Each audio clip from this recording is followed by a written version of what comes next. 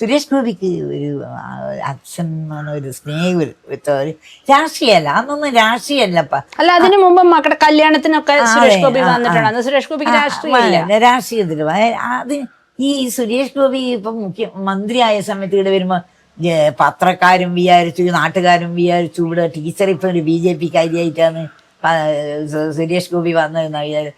സുരേഷ് ഗോപിന്റെ രാഷ്ട്രീയം വേറെ.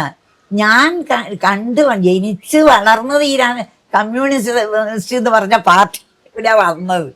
അതിൻ്റെ എല്ലാ വിഷമതകളും സഹിച്ച് വളർന്ന ഒരു ആളാണ് ഞാൻ അങ്ങനെ പാർട്ടി വിട്ടിട്ട് വേറൊരു പാർട്ടീനെ സപ്പോർട്ട് ചെയ്യുന്നു നിങ്ങൾ ആരെങ്കിലും വിചാരിക്കുക. പക്ഷെ അതിലൊരു മനുഷ്യത്വം, അതാണ് ഈ സഖാവിനൊരു മനുഷ്യത്വമുണ്ട്. മനുഷ്യനുമായിട്ട് ഉള്ള ഒരു ബന്ധം, അതേ നിങ്ങൾ കണക്കാക്കണ്ടു.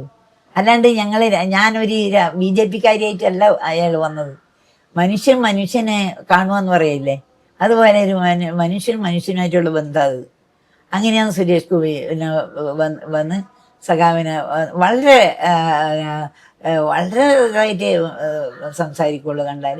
അങ്ങനെയാണ് പിന്നെ ഈ ഗസ്റ്റ് ഹൗസിൽ ഞാൻ പിന്നെ ഇവിടെ താമസിക്കാൻ തുടങ്ങിയതിന് ശേഷം ഗസ്റ്റ് ഹൗസിൽ അവിടെ മറ്റേ ക്ലിഫ് ഹൗസ് വന്നില്ല, ഇവിടെ ഗസ്റ്റ് ഹൗസിൽ വന്നാൽ അമ്മ ഞാൻ അങ്ങനെ വിളിക്കുക, അമ്മ ഞാൻ അങ്ങോട്ട് വരുന്നുണ്ട്, എനിക്ക് രാവിലെ ബ്രേക്ക്ഫാസ്റ്റ് വേണമെന്ന് പറയും. അപ്പം ഞാൻ റെഡിയാക്കാം, അല്ലെങ്കിൽ ഉച്ചക്ക് ഊണ് വേണമെന്ന് പറയും. അങ്ങനെ എന്തെങ്കിലും കഴിച്ച അയാൾ പോയി. രാഷ്ട്രീയമൊന്നും നമുക്കില്ല, അതിൻ്റെ ഇടയ്ക്ക് രാഷ്ട്രീയമില്ല. ഇപ്പം ഗീതാ ബഷീൻ എൻ്റെ മുമ്പിലിരിക്കുന്നത് നീ ഏത് രാഷ്ട്രീയക്കാരിയാന്ന് എനിക്കറിയില്ലല്ലോ. അറിയില്ല. നീ ചോദിക്കുന്നത് ഞാൻ ഉത്തരം പറയുന്നത്.